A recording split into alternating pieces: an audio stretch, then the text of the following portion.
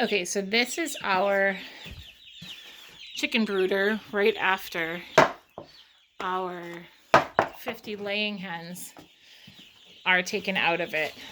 So just to give a sense, so this is essentially a box with a lid that hinges on the top. I put a couple of bricks inside so that when I put the water on, they didn't kick as much of the shavings inside, but I literally would change the shavings and top dress it every day. And so this is how much they manure it in like one day.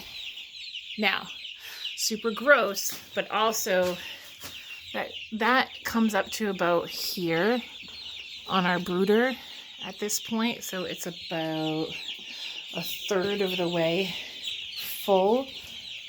And I would say, yeah, like, I don't know, I'd have to measure it, but 8 to 12 inches full of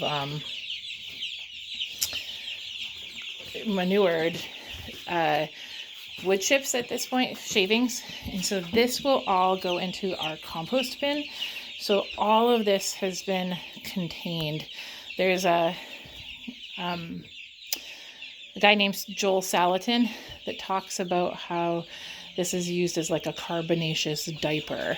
It holds all the manure in it, and then this will all get turned back into soil. So this was all contained. It's all on a tarp. We will be able to slide these pieces apart, take the tarp outside, or even shovel it out bit by bit at a time. And this will all go directly into our compost area, which is out there. And it will either just decompose on its own, or we might open it up and let our other older laying hens turn that all into compost. And then we're going to clean out this chicken brooder and reset it back up so that I have a second one for our meat birds. And they will have, I'll split them 50-50. So what you just saw moved out of the other coop today was 50 laying hens. These will actually be, they get bigger a lot faster. These are Cornish cross meat birds. So these will be ready to harvest in 8 weeks. And so they're already getting too big for this, and we just moved them in less than a week ago. We'll split them in half. We'll have 50 in here, 50 in here, and then in less than a month, they will move outside into chicken tractors, just like our other one that you see out there, except they will be in a field, and they'll be moving across the field and helping to turn that, the area that they are in the field, they'll be adding all their fertilizer, and they'll be living on pasture. And they will be surrounded, like these ones are, by an electric netting fence. This is kind of crooked today. But you can see that these chickens that were kind of in an area for a more prolonged time took this area that they were first in. And you can see that everything is pretty much gone here, and it's prepped for a garden. So we'll be setting up our garden in this space. This is about to get moved around these. We're actually going to be moving our low tunnels over to this side and giving them some more time. And this section on the end, so that when we're ready to plant our tomatoes and our other warm season crops, this whole area will benefit from having the chickens in there. You can see that there's some outside of the coop, and those are our roosters that are still alive. They're just kind of hanging out outside of the coop eating ticks.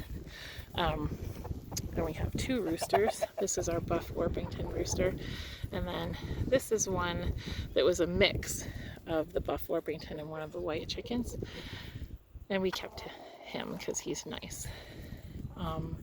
So these are all our azure hens that all lay blue eggs, and then these are our original golden comet or red sex link, or there's a lot of different, cinnamon queen, they all kind of call them by different names. These are original hens. And then you see these little ones with the black tail, so they are a mix of our golden comets, which are very good production layers, and our Buff Orpington, and they just have a really nice temperament. And then there's this one. This one's Mary's hen. She's a mix of one of these whites and the Buff Orpington. And she is a psycho. She's just, we keep her around. Meow Meow, that Mary named after a cat. Well, a cat. And she's just like, if you ever had a chicken who had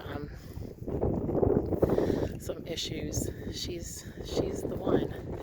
So there's Meow Meow. She's a little crazy, but she lays good eggs, so we keep her around. So they're in here, and they're almost ready to move out of this area. They have basically taken all of this and manured this whole area for the time that they've been in here. They have eaten down everything so that it's ready for us to do our gardens, gotten rid of all the weeds and everything, and then they're going to move around these areas soon. The meat birds, when they go outside, are going to go in a structure that's very similar to this, except they'll be going in the field, our front field, and they'll be fertilizing our pasture. So, okay, so there's Meow Meow. Go back to work. Are you the happiest dog? Yes.